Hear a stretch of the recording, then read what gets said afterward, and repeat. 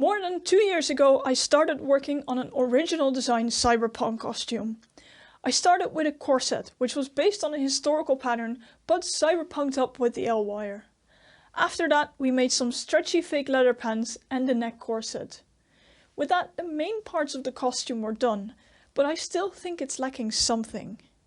So, time to add some accessories. The picture that I used as main inspiration has something with flaps around the legs going on, which I still really like, although with a few changes. So, without further ado, let's get crafting. The first step is to get some measurements. I put on the corset and grabbed the measuring tape for some estimations, which I then transferred with pins and chalks to a scrap piece of Craftskin as a way of a mock-up. By fitting just these drawings, you can already get a nice idea of the final thing, and it helped me determine the last measurements, like how wide I actually wanted them to be, and the angle at which I wanted the bottom to point. Before we start cutting this fake leather, time for a small proof of concept. I've got a LED strip here on my desk that's kind of broken, so it's stuck on red. Never mind, it will work for our idea. I really want this to have lighting to come from the back to shine on me. To get nice lighting on this, I was thinking of buying LED strips like these, turning them upside down, pasting them behind the leather, and then see what the glow does. So let's turn off the light and see what it does. Imagine this, but then in purple, on the back of the, I can't really call them anything else than flaps, I guess, at the front and maybe the back. These will hang a bit loose from my body, and I think it will look really cool if this is reflected on me. Now that I know that this is gonna work, I'm gonna buy the LED strips and we can start working on this.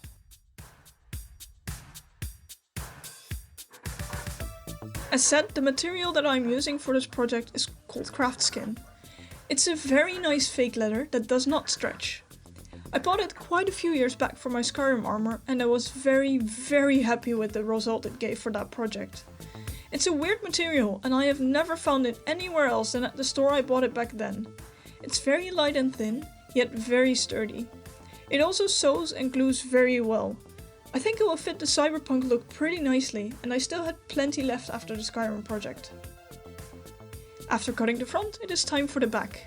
I decided to go for a same but different. So I got two exactly the same pieces for the back. We will just attach them differently. Then we need something to hold it all together. And I opted to go for a stretchy waistband, made from the same scuba fabric that I used for the tank top part of the corset. The waistband was stretchy enough not to need any closures, so I sewed the edges together to create a loop. Then the difficult bit of the project started. I made a few mistakes in the thinking steps, so I sewed and unpicked things multiple times until the third attempt finally worked. I marked the seam allowance with a long basting stitch and also basted it in place. Then I inserted the leather flaps and zigzagged them. Because we are working with a stretchy fabric, I inserted the piece between the flaps, so the distance in the waistband will always remain 6 cm. Working with a stretch and a non-stretch fabric always gives issues, so it ended up slightly less neat than hoped. But after removing all of the basting lines, it is all together and the basis is pretty much finished. So, let me go full Chaos Goblin here for a bit. I cut these 4 straps and just put them under here. I haven't attached them or anything yet. Now that I'm looking at it, I think it's boring. I just got 2 plain straps with 4 things, and yes, I know there will be lighting behind it, but still it's missing something. I also ironed these flaps already, and still there is some crinkles in here. As long as these flaps stay plain, you will continue to see the crinkles, so I don't know, I think it's missing something. And also, if I look back at the previous project, which made me love Craftskin this much, the Skyrim flaps, these work exactly because there is so much going on. But this doesn't really translate well to the design I've already got here. Also, because I already attached these flaps to the waistband, if there's anything that I want to have to end under the waistband, just because it goes up or something, I can't really do that anymore because it's already attached. Maybe I should have thought about that before attaching it. Oh well, I started thinking about this because I have to attach these 4 strips and I can glue them on, but then the entire front stays plain. I can sew them on, but then you will see a stitch line, and just having a plain stitch line here I think will look a bit weird. So I'm thinking I might actually add a border just like this, a simple strip, and then have repeating stitch interval lines, just like I did with this one, because I think this is a super cool effect. Honestly, I think this design, just with some added borders, already adds a lot more interest. And of course, we will also have the lining behind it, so that adds just a little bit more extra. So that means that the next step is to cut some strips for those borders. After cutting 4 straight strips, I cut 4 strips with the band already in it, to minimize the amount of visible seams.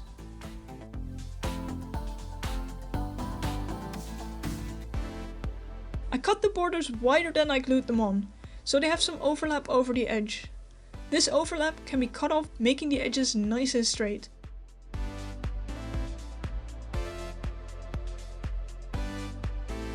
And this is what it looks like with all of the edges attached. I think it's already looking a lot better. It definitely needed something like this. Nice added bonus is that these edges already give it a bit more sturdiness as well. Which makes me think I might actually do something drastic. So first of all, I thought about adding these 4 strips in the middle at the front. Seeing it laid like this, it definitely looks cool. It's actually not really practical while wearing it. Yes, it does mean these lines run parallel, and on one hand, I think that does add to the cyberpunky feel. On the other hand, these strips in the middle make sure that these can't move as much. So if I stand with my leg pointed outwards or something, it looks really weird because, well, these can't move as freely as they should, which means they will bunch up. So I think I'm gonna do the drastic thing and not use these 4 middle bits. Which means the next step is already to start attaching the electronics. I'm looking forward to that. The lighting that I want to use in this project needs to be portable because, well, I'm going to be wearing it. And then I found this. These are LED strips that you put behind your TV. And best of all, they're USB powered. They come in 4 strips of 1/2 meter long, which is pretty nice for what I need. And all you need to do to connect these together, put the LED strip in the connector bit, and it's all connected. And how can you portably power USB? With a power bank. Don't ask. It then works pretty simple. All I have to do is plug it in and it's on. But right now it's white. Nice thing about this one is it's full RGB and it came with a nice remote, so I'd like it on purple for this project, please. Though if I'd really want to, I can also go full party mode. Before attaching these strips permanently, I do want to see how the lights actually look and how well they fit on the leather. Let me present the absolute most prettiest costume ever. Proofs of concept and steps in between with clothespins always look super funny. Anyway, I've got my power bank, I've got the USB, now let's see if that works. And I'd say it does. I'm super happy with this. I also think the locations that the LEDs are in currently is looking pretty good. Yes, you are able to see the LEDs directly at the moment, but as these will be glued down, they will lay flatter and that will become less of a problem. So, I'd say, time to attach them permanently. We shall see how long the adhesive strips hold, or I might still super glue them on later. I did use super glue for the end connectors. I don't trust the adhesive strips that much. As the LEDs need to make a turn at the bottom and won't lay flat, I attached those with an extra strip, so they will not move too far away from the leather.